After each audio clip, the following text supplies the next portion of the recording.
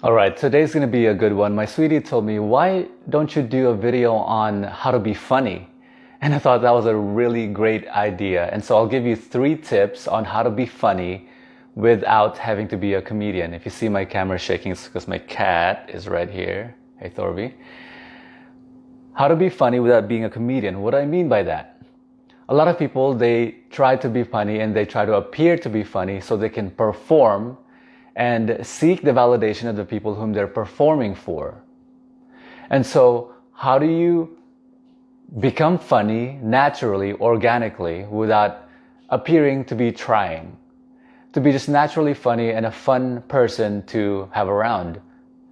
And so the number 1 tip, and it's going to sound self-promotional, but it's incredibly important, and I think I put it number 1 for a very important reason. And as I thought about it, there are multiples of levels, multiple tiers, so to speak, of confidence. There's the confidence I know you've been searching for, the confidence, and often referred to as competence. The more competent you are at something, the more confident you become. And that's one level of confidence, and it's an important level, and it's good to have. But I like to propagate something that's a higher tier, a higher level of confidence, which I refer as self-appreciation. It is a combination of self-confidence and self-esteem in cahoots with each other. They're aligned with each other, not misaligned. And you radiate this self-appreciation, which you imbue, you transfer onto other people, and they really, really enjoy having you around. So for you to learn how to do that, go to greatrelationshipsyou.com. And then there's a higher tier, higher even than that, which is a combination of 3 things, but that's what we refer as enlightenment.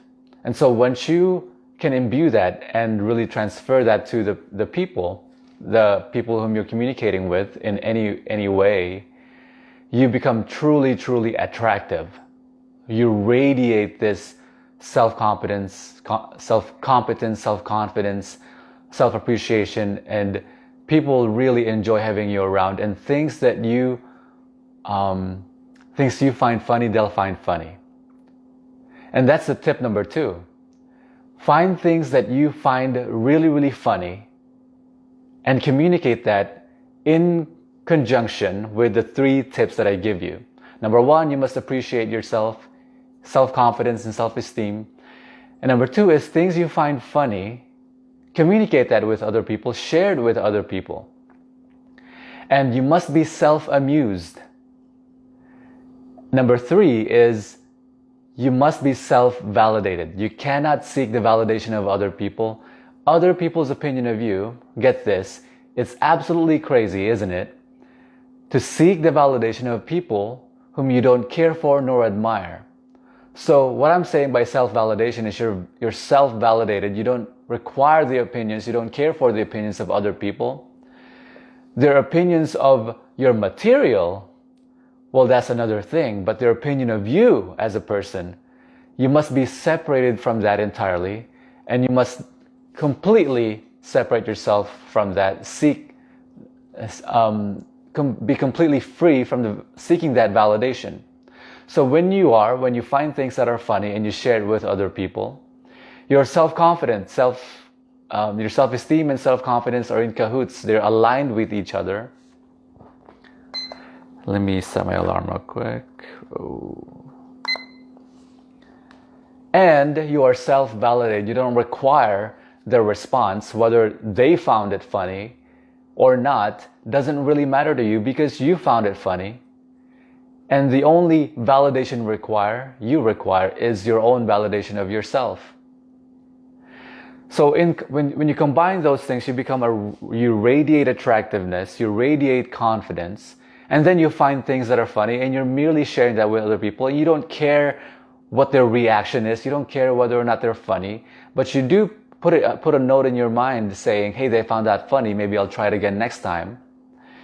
We refer to that as material. You now have a collection of material that you can propagate, you can talk about in future. So I have 4 minutes with you, and I'll share with you some things that I found really, really funny. My favorite one is, I don't know if you've I don't know if you've heard me talk about this before. You probably have if you know me well. But I'm actually down the street, a couple of blocks from my house. I'm opening up a battered women's shelter.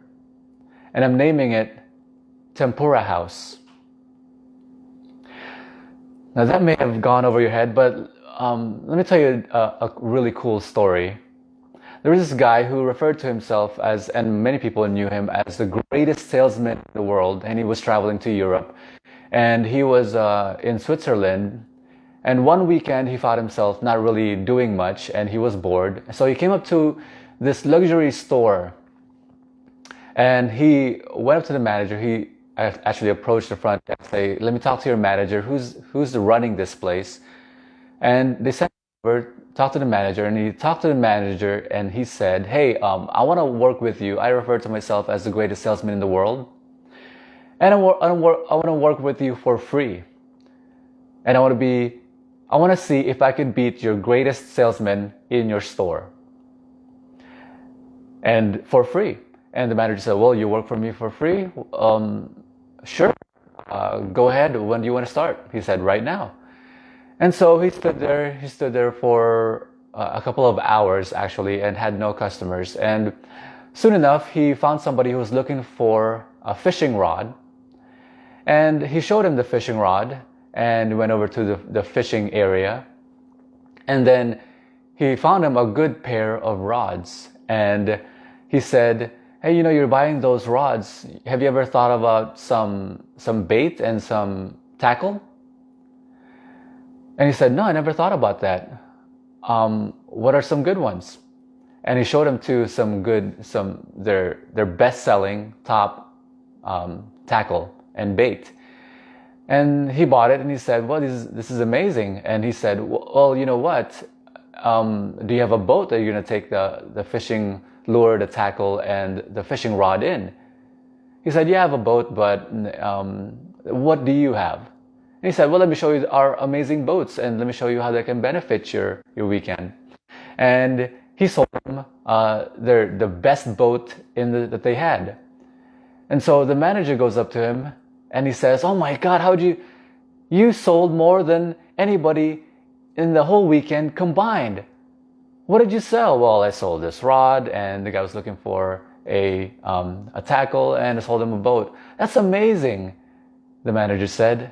The manager asked him, "What did you say to him?" And he said, "Well, he actually came in for tampons. And I said to him, 'Well, it looks like your weekend is shot. You know how to fish?'"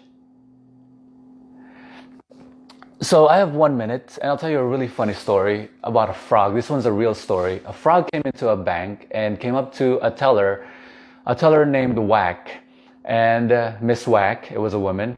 And the frog asked her, "Hey, Miss Whack, can I get a loan? I want to get a lily pad." And Miss Whack said, "Well, maybe. How much are you looking for?" And he said, "Well, a couple thousand." And well, Miss Whack said, "Well, you're going to have collateral. And but first of all, what's your name?"